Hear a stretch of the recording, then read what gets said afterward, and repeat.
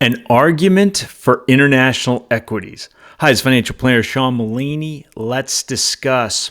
So, one thing you see debated in American personal finance is whether or not Americans should hold non US equities in their portfolios.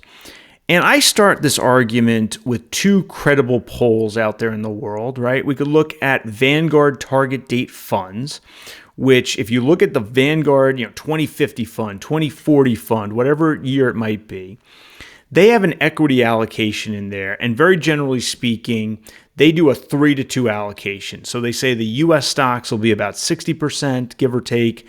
The non-US stocks will be about 40%. That's, to my understanding, that's based on global cap weight. Okay, so that's one credible poll if we're thinking about this debate. The other credible poll comes from a gentleman named J.L. Collins. He wrote a book called The Simple Path to Wealth. It's a bit of a chestnut in the personal finance literature. And he argues that U.S. Investors have no compelling need to have non-U.S. equities in their portfolios. And one of the arguments he makes is something to the effect of, look, U.S. companies are very large, so they have broad scope and scale. And so but just by owning U.S. equities, you're going to have a lot of exposure to non-U.S. markets, to the economics of non-U.S. markets. And so you might as well just go with U.S. equities.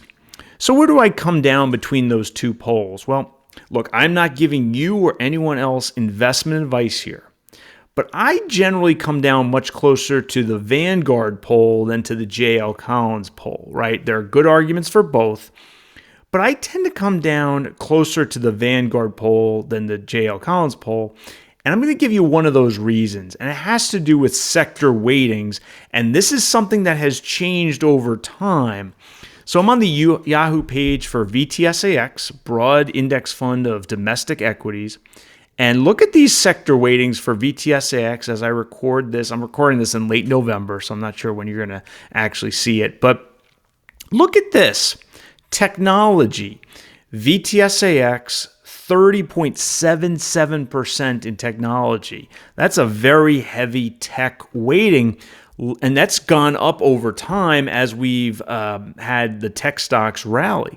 Well, where's the non-U.S. stocks? And so we go to VTIAX, which is a index fund of non-U.S. equities.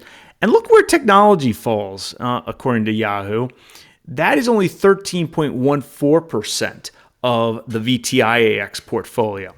So I think, look, it's a feature or bug depending on your perspective. But isn't it nice to take a U.S. portfolio and say, well, we're going to have at least some non-U.S. stocks in there.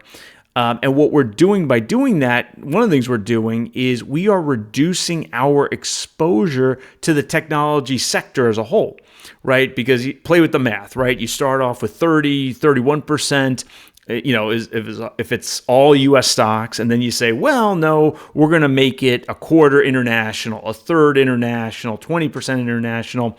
Well, by doing that, we're necessarily going to drive down at least a little bit the tech exposure there. So that's just a thought. Look, you got to make your own investment decisions. This is not investment advice for anyone out there, but I do think there's an argument for international equity exposure for U.S. investors. And part of that argument is maybe it's a good thing to tamp down on our exposure to the tech sector. But what do you think? Let me know in the comments below. Thanks so much for watching. If you enjoyed this video, please mash that like button and subscribe to my channel. I'll see you next time.